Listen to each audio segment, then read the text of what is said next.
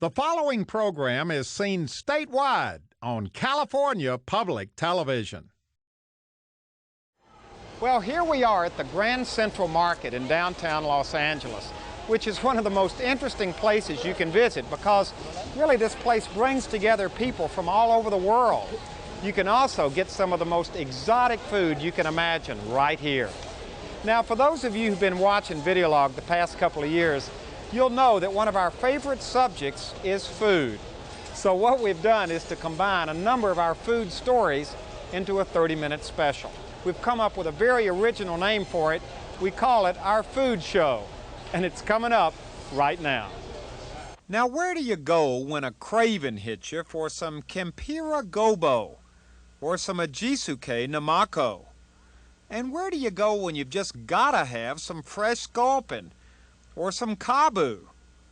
And where in the world these days can you find just the right brand of dried seaweed or pickled radishes? Well, search no more. All these items and more can be found at the Aloha Market on Sentinel Avenue in Los Angeles. How about this octopus? Octopus, that's mostly they eat raw for sashimi. Is it raw now? Now, this market has been owned and operated by the Uehara family for about 35 years now. It's a Hawaiian-Japanese market with a small, homey feel to it, and shelves that are filled with food items with long, exotic-sounding names. But what makes shopping at the Aloha grocery so much fun is not just all the exotic stuff you can buy off the shelves, or the friendly kind of community feeling this place has. What makes this place so special is what goes on over here, in the back of the store. Because if you go to the back of the store, behind the fresh vegetable display to be exact, you'll discover a glassed-in area with several people scurrying around inside. Now this is the domain of Hiroshi Uehara, the gentleman who opened Aloha Market 35 years ago. For over 10 years now, he's been making fresh tofu in this sort of little mini factory in the back of his grocery store. Not the mass-produced tofu that giant companies make, but the old-fashioned tofu that one finds only in small shops in Japan. In fact, Hiroshi went to Japan to learn from masters how to make this tofu. And it's easy to see he's extremely proud of his product. How often do you make tofu here? It's 3 times a week because we have the delivery. It's a small operation, so we make it today, Thursday, we deliver Friday, and then Tuesday, making it Wednesday. Yeah, so Tuesday, Thursday, Saturday we make it in, the other days we deliver. And so you make it on Tuesdays, Thursdays, and Saturdays, and deliver it on Wednesdays, Fridays, Monday. And Mondays. Yeah. So that it's always fresh. Yeah, all right.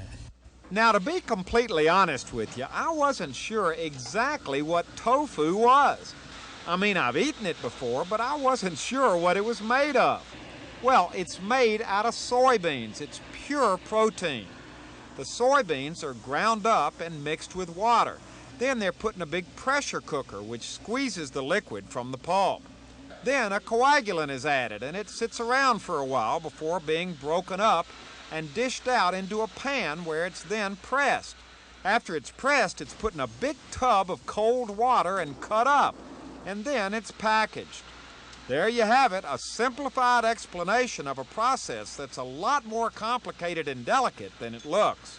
Now tell me just how important making tofu is to your husband. He loves it, doesn't he? Yes, he does. Well, he started it, so he's very proud of it. Now what made him start making tofu?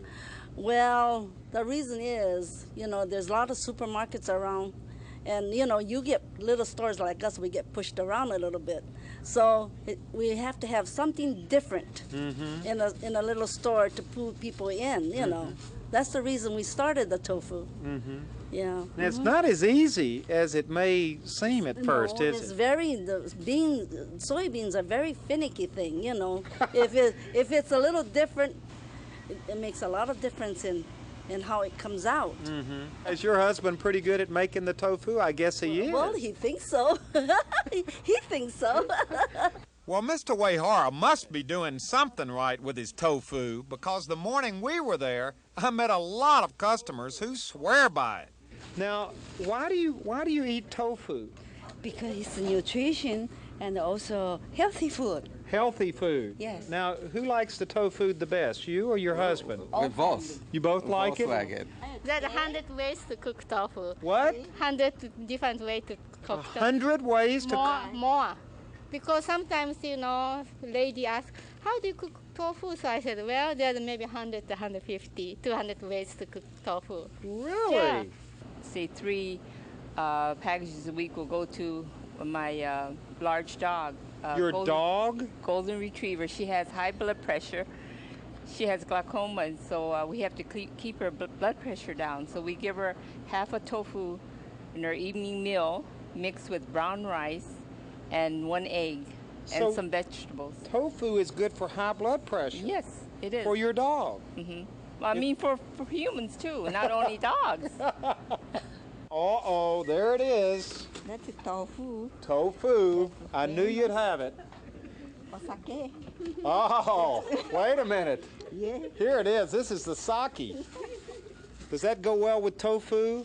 No, it with sashimi. Oh, sashimi. Ah. When do you eat your tofu?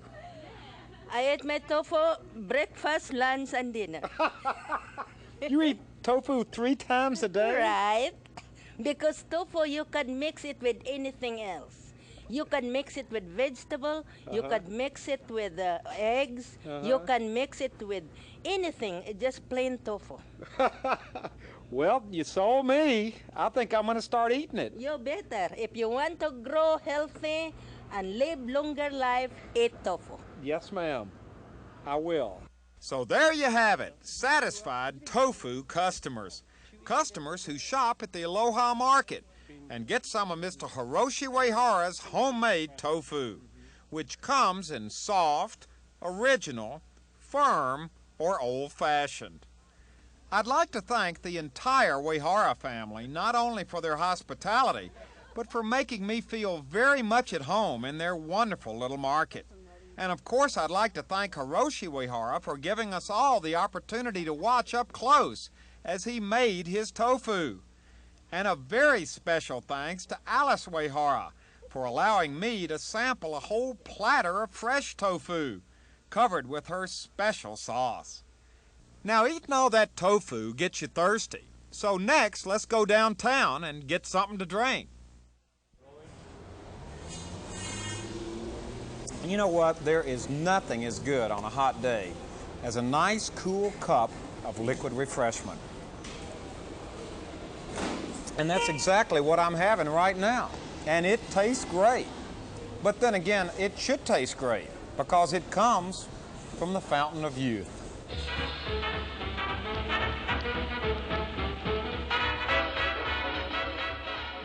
L.A. in the 30s. It was a swinging place, a little zany, a lot of fun, and definitely on the cutting edge of what was hip. And that's where the Fountain of Youth comes in.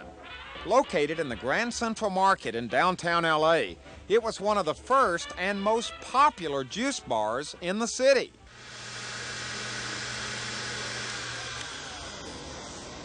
And though time marches on and much has changed in our city over the years, the good old Fountain of Youth Juice Bar is still operating in its original location. Renamed La Hood's Juice Bar, it's now operated by John Ortega and his family, who take great pride in carrying on this LA tradition. This is an old-timey looking place. I know it is, but it's one of the great things. It's a good thing to work for it. It's a historical monument. When people come in, do they comment on liking the old-timey atmosphere that the place has? They come in and they see, my goodness, this place is still here. How can it be? I said, well, I don't know, but we're still here, and he says, thank goodness you're still here. You're not ever going to change the place? Well, we're expecting remodels, but not at the moment. People don't want it to change. They just want it to stay the same as it is. They want to come to the same place, and they like it. They come in and they see the machine and they say, I never seen anything like this before. And I don't think you will. We have people from all over the world, and they never seen any machine like this. They want to know where they can get one. I wish I knew where I can get it. I'll tell them. Customers, when they usually come in for the first time, they start with number 7 up, number 7, and they go down the line to about 26. Then You mean they work their way through? they do, believe me, they do. And then they find out actually when they drink all those combinations, they find out, hey, I need something tart, something sweeter, something less sweeter, or something with carrot or whatever. They start mixing it up. And then they find the right combination, then they start drinking that every single day. Now you're getting the what? Delicious ice cream fruit juice shake. Ice cream fruit juice shake. What's in there? It looks, There are about it's pink. 7 different fruit juices. Uh-huh. So you always get the special when you come by? Yes. Well, here, take a sip and tell me what it's like. Describe it for us. Tell us what it feels. It's delicious. Carrot flip. A carrot flip. Yeah. Carrot juice, ice cream, and banana. It's good. What is it you drink? Coconut juice now for the brain. For the brain? Coconut juice is good for the brains. Coconut juice is good for the brains. Right.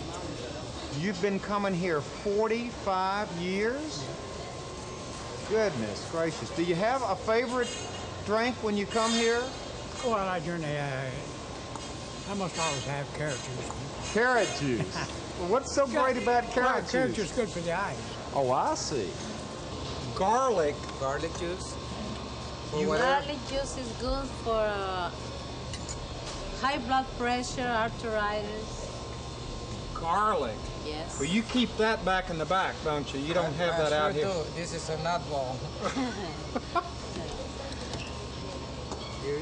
Cheers.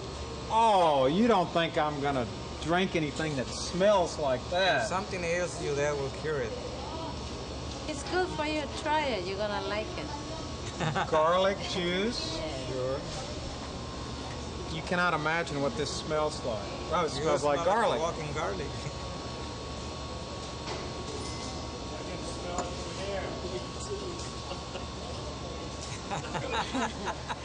Well, that was one of life's joys. But Mrs. Ortega swears it's good for you. Helps with high blood pressure and arthritis. And even though Mike Clark, the sound man, and I were making faces, there were plenty of happy customers that morning at La Hood's, drinking fresh fruit juices squeezed on hydraulic presses and served just like they have been for over 50 years now. Part of a continuing, healthy LA tradition. Now, after drinking garlic juice, which is one of life's great experiences, you get this uncontrollable craving for something sweet. So next, let's go to a bakery. Saludos también para Carmen Embaray.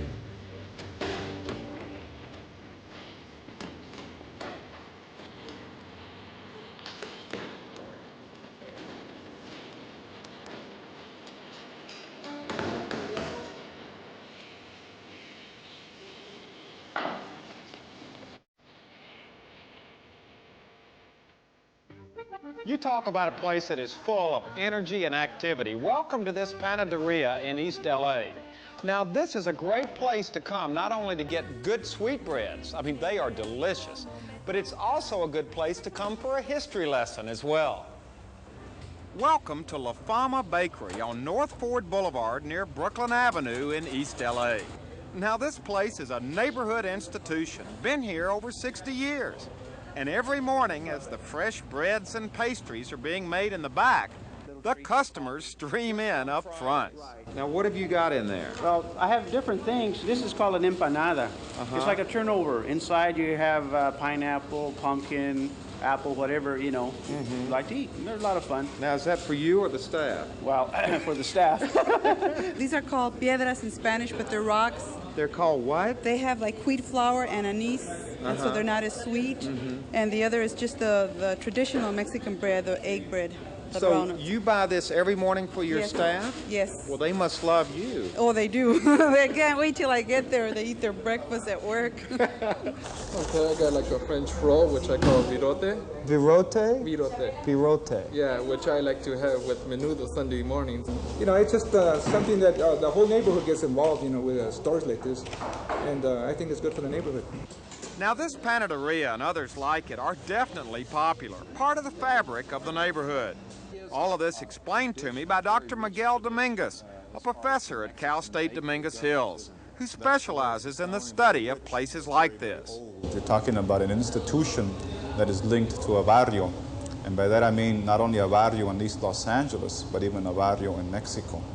We're talking about something that goes back even before the arrival of Cortez. It has influences from Europe. The bread is made out of wheat, but it also has the influence of the Aztec tendency to mold figures, to sculpt. We have panaderos who should probably be seen as culinary artists. They not only prepare food for consumption, but they also prepare something for the eyes. It's a feast, but also a feast for the eyes as well. Now these guys are artists, and believe me, they do get into their work. I mean, you gotta have muscles to do this. And the end product? Well, it's tasty, and it's unique. Now Felix, do your bakers innovate as they go along back here in the back? Yes, they come from different parts of Mexico. They bring their own traits on how to make bread. So as you can see, we have all these varieties of breads. So in other words, one of your bakers who would be from Mexico City would have a different design or way of doing things from Yes. someone who is from another city? Yes, definitely. Do you encourage that? Yes, we do. Now, what are these? These look kind of interesting. This is bola de pasa. It's made. What is it? Bola de pasa. de pasa. It's made of raisins and egg inside, and it's real good. Why is your mother laughing at me when I say the words? ¿Que por qué se ríe cuando hace la Am I doing okay? Que se está haciendo bien. Sí. Yeah, she says you're doing okay. Oh. At least you're trying, she goes. I am trying. Well, before the morning was over, I learned some more new words and sampled just about everything in the place. I want to thank Felix Gomez and his mother Josefina Cuevas and his cousin Huell Cuevas for their hospitality. And a special thanks to Juan Fuentes and the other guys doing all the baking in the back. And Dr. Dominguez for giving me a rundown on the history of panaderias, bakeries which are much more than meets the eye. Now, as long as we're eating sweets, we might as well just forget about the calories and have some ice cream. Thank you very much. Well, here I am in Alhambra having a very tasty ice cream cone, banana nut. But as anybody in these parts will tell you, this ice cream is not only tasty, it's downright historic. Because you see, this is Fosselman's ice cream.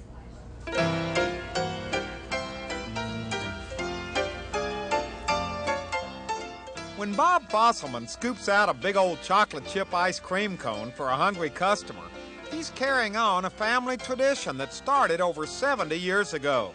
Started in an old brewery building in Iowa, to be exact. Yep, that's where Mr. Christian Anthony Fosselman started his ice cream business. A business that moved to Pasadena along with the whole Fosselman family in 1924. A business that thrived and moved in 1941 to Alhambra, where the Fosselmans have been dishing out their famous ice cream ever since. Okay, it should be ready to draw up about now. Yeah, it's nice and thick. And not only do the Fosselmans dish out ice cream, they make ice cream. Make it the old-fashioned way, in a space that's not much bigger than an average-sized room, and with equipment that dates back to World War II.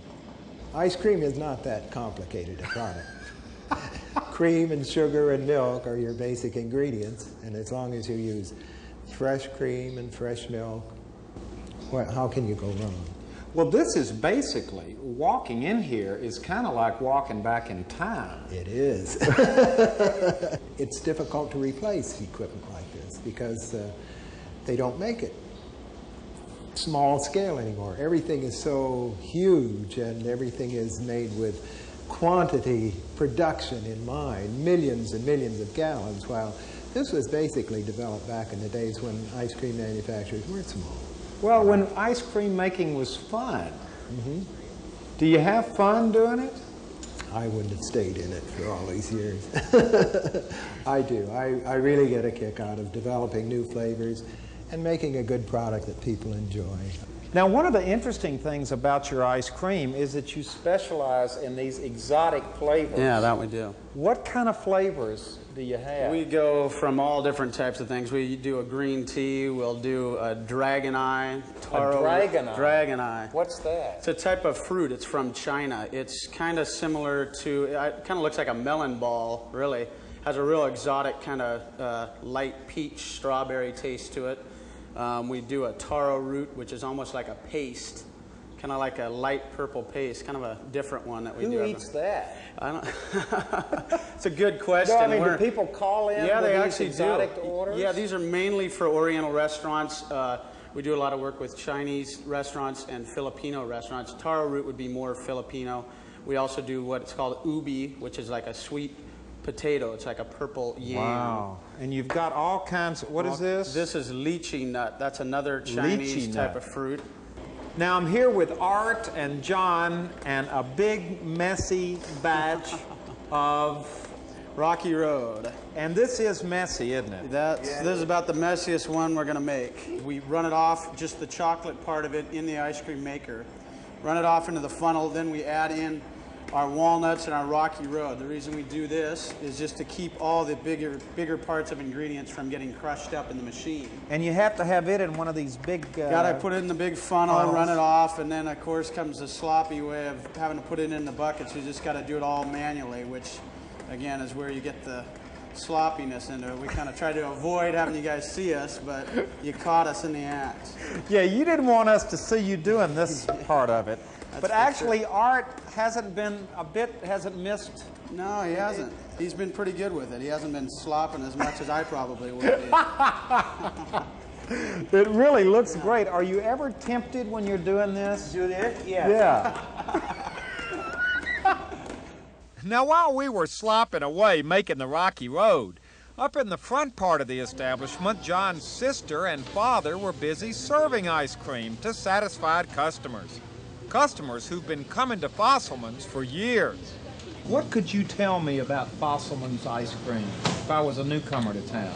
Well, it not only tastes good, but my grandchildren like it. I bring them in here all the time, and in fact, this is the first time I've been in for a long time without them. But I sneak in once in a while.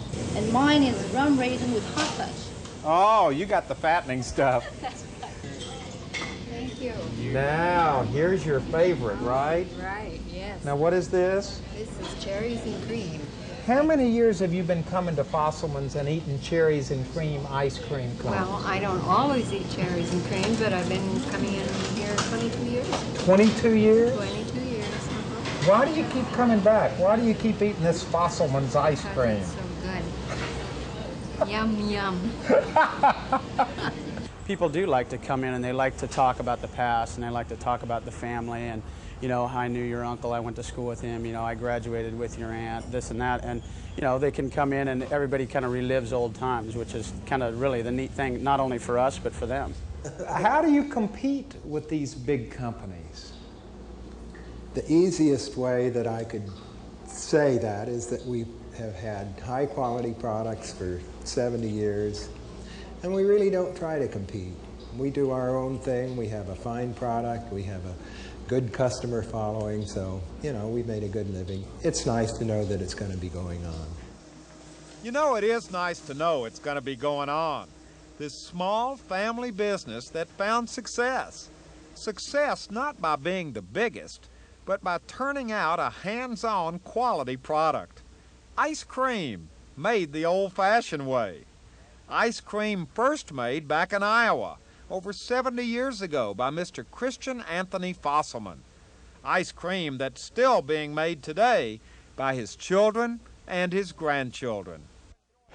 Well, I hope you enjoyed our food show, but I must admit that one of the real drawbacks to doing so many stories about food is that I think over the past couple of years I've started to put on a little weight right here in the middle.